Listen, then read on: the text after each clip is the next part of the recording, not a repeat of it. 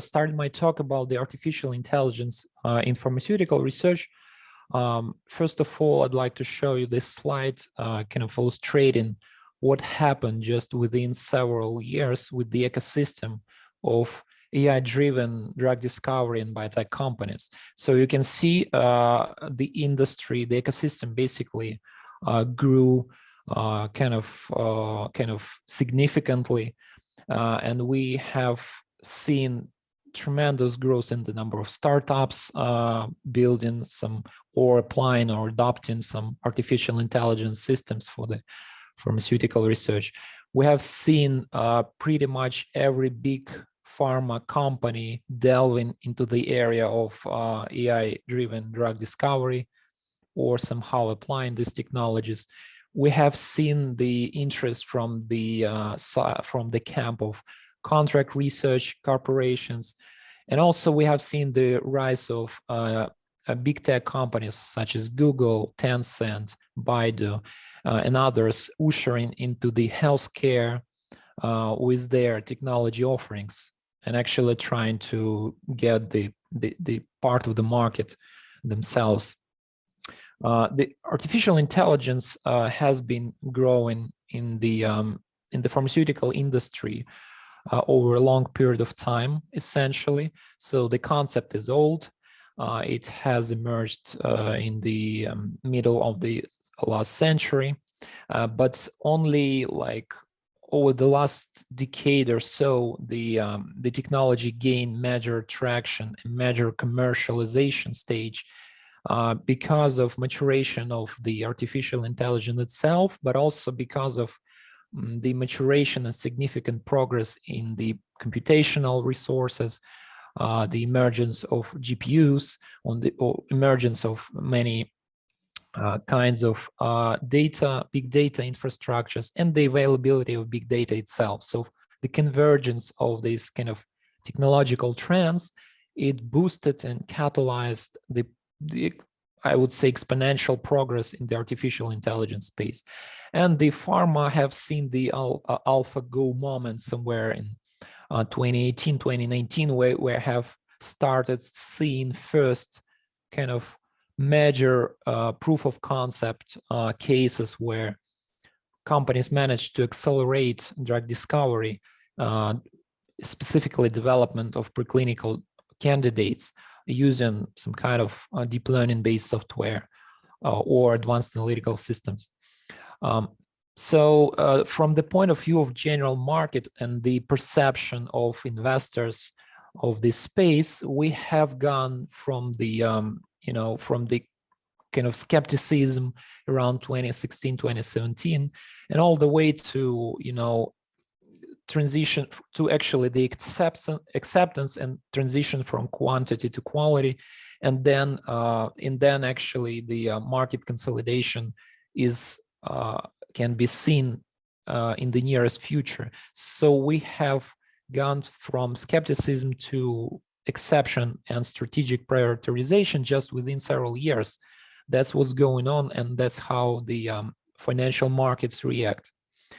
And this has been driven in the very early years by kind of hype around the area, as with many advanced technologies. But then the hype actually grew into the numbers actually grew into quality, and we have started seeing real breakthroughs. For example, the in silico medicine recently announced the discovery of the new panfibrotic target, novel target, and 2 preclinical candidates. Combined, this whole project took something around 2 years, 18 months for the first phase and 6 months for the kidney fibrosis candidates. And they did it at a fraction of cost of a typical drug discovery process. And so they used their platform, which is kind of the AI-driven platform, which combines preclinical research, de novo drug design, and chemistry, generative chemistry, and even clinical predictions software. So the company was kind of well priced by the investor community. It just raised 255 million round C. and the combined funding raised by the company exceeds $300 million. Other cases are Benevolent AI and AI Therapeutics. Both companies managed to apply their AI platforms to kind of rapidly develop or drug candidates for very serious cases, in this case for COVID-19.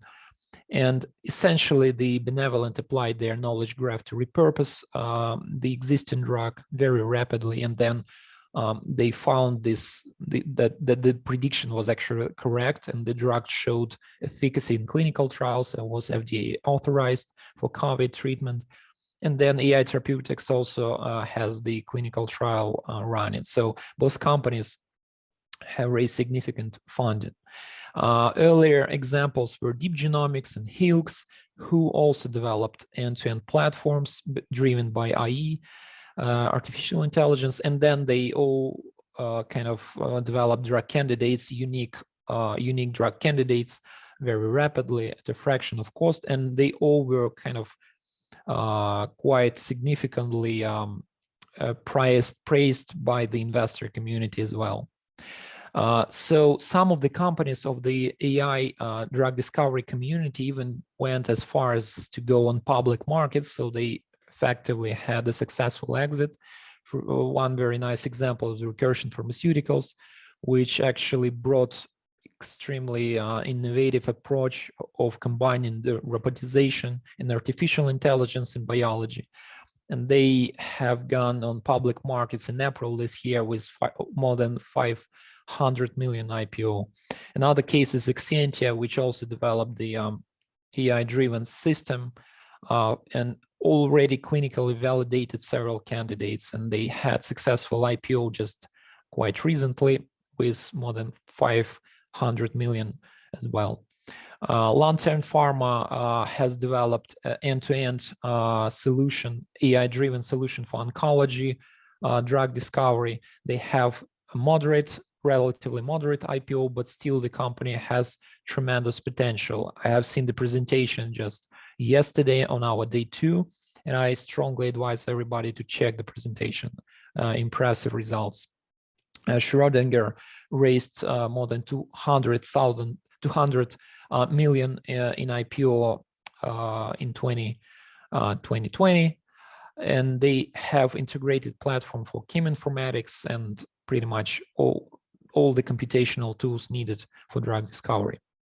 And finally, interesting case is Valo Health, which has gone to IPO through the merger with Hosla Ventures acquisition company, a so-called SPAC road to the public market, and they have a deal of almost 3 billion, and that's quite a trend these days to use the SPACs to go to access public markets in a more flexible way.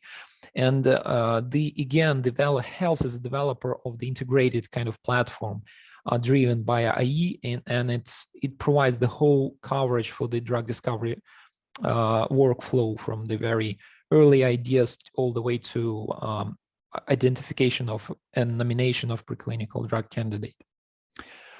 Here's just some other examples of publicly traded companies in this space. They all have gone on public markets recently, just within a couple of years. And what we have been observing in this space is the competition, where stronger players who emerged somewhere in 2015 or something like that, they kind of become even stronger with more funding, and all the validated cases, they kind of drive this growth, whereas weaker players who kind of used AI to advertise in early days, they are kind of dying out and losing the competition. So there are many companies. And the important takeaways from this observation that I just have gone through is, first, that you probably noticed that all these companies that are so successful in this space, they are all building kind of R&D platforms. So we are entering the era of R&D platform and platform-based drug discovery. This is a significant paradigm change in the pharmaceutical research, I believe. And we have seen the cases of substantial improvement in cost and time of drug discovery. And this is what Vijay Pandey called the industrialization of biology research in one of his blogs recently. So by industrialization, we mean that drug discovery as the research practice goes more from the craftsman stuff, where the innovation actually happens kind of randomly, to more or less systematized, high scale and higher predicted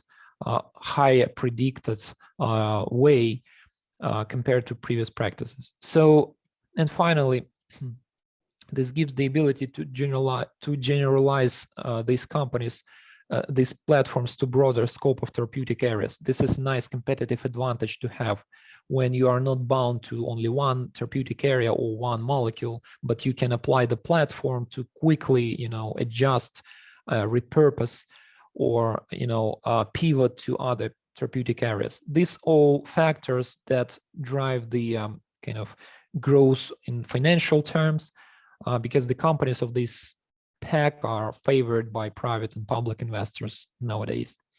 The trends for venture capital, we can see a clear trend for the increase in venture capital, and also we see the increase in the amount of rounds, and many later stage rounds are happening.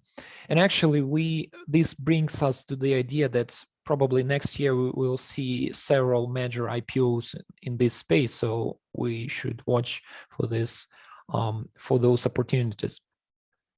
An important driver showing the quality of these new companies entering the public markets, but also the private companies. The important trend is the increase in industry traction. The industry traction is typically measured by the amount of collaboration with top brands like Big Pharma, where companies kind of demonstrate their expertise, and this expertise is accepted and gladly tried by these big corporations. So we have profiled a lot of such collaborations, and you can refer to our reports to check details, to check the kind of more in detail what is going on here. But last but not least, artificial intelligence is not the only trend here, and of course this technology is a complex phenomenon, and it depends on many other technologies to thrive. For example, the advent of big data providers, of the very important trend on the lab automation and robotization to gather data in high throughput manner. This is the important part. And the rise of quantum computing. I mean, we have profiled a lot of companies from this technology stack, and they all contribute to the overall growth of the pharmaceutical industry, but also in change of accents in how investors invest and where they invest these days. You can check our big data analytics platform on the website. I would not talk about this too much because my colleague, our next presenter, will talk a little bit more about this. Also, you can check the publicly traded companies dashboard and also learn about these companies in more details. Okay, just a couple of words about longevity industry. Actually, I suggest to check the very insightful and detailed talk by our general partner, Dmitry Kaminsky. He delivered the talk earlier today, so please check this. He described this industry in detail, but I just very briefly go over this segment. So the global longevity ecosystem is much more complex than the AI and pharma ecosystem. It has more than 20,000 companies right now. But of course, the lion's share of these companies are not only in scientific sectors, but in many other related sectors, such as insurance, etc. The longevity industry is a very complex industry, and it's quite early days, but it's extremely accelerating. And why it's understandable why, because the global population is aging really fast, and the problem of the cost of healthcare is rising. So the governments has to prioritize the their strategies, national strategies, and international regulatory frameworks to meet those challenges. So the experts in longevity industry, they are kind of working on this, and our group is very active in this area.